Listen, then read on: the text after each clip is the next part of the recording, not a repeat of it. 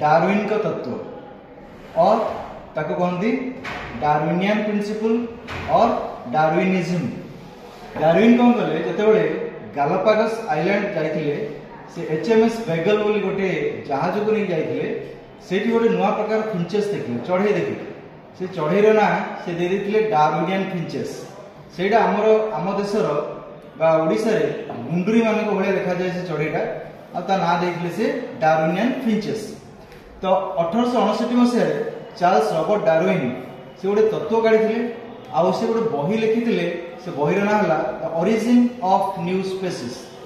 और जो तथ्य से देते से तत्व अनुसार ताको कहछि डार्विन का तत्व बा डार्विनियन प्रिंसिपल। तो प्रथम तत्वटी है जनसंख्या विस्फोरण बा over production of the species. Over production of the species अर्थ होछि the population will grow in a geometric progression and the food will grow in the arithmetic progression. अर्थ डार्विन का मतरे जनसंख्या वृद्धि होछि गुणोत्तर प्रगति रे होउथिबा बेले खाद्य शस्यर वृद्धि समांतर प्रगति रे होइथा। तेणु आम समस्त को सबले खाद्य भाव देखा जाउछि। नंबर 2 है जीवन संग्राम बा स्ट्रगल फॉर एक्जिस्टेंस। एथिरे जाति जाति मध्य स्ट्रगल, जाति प्रजाति मध्य स्ट्रगल, जाति और परिवेश मध्य स्ट्रगल होता है।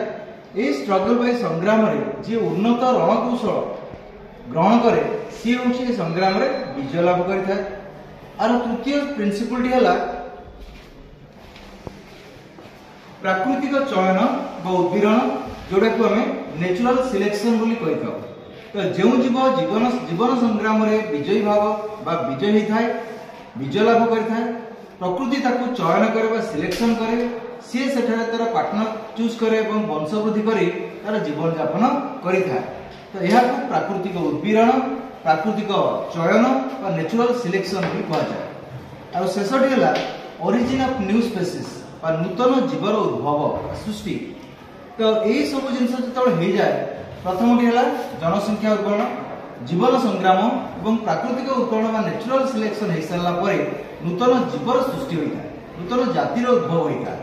ये हूँ कौन आम डार्विन का तत्व। धन्यवाद।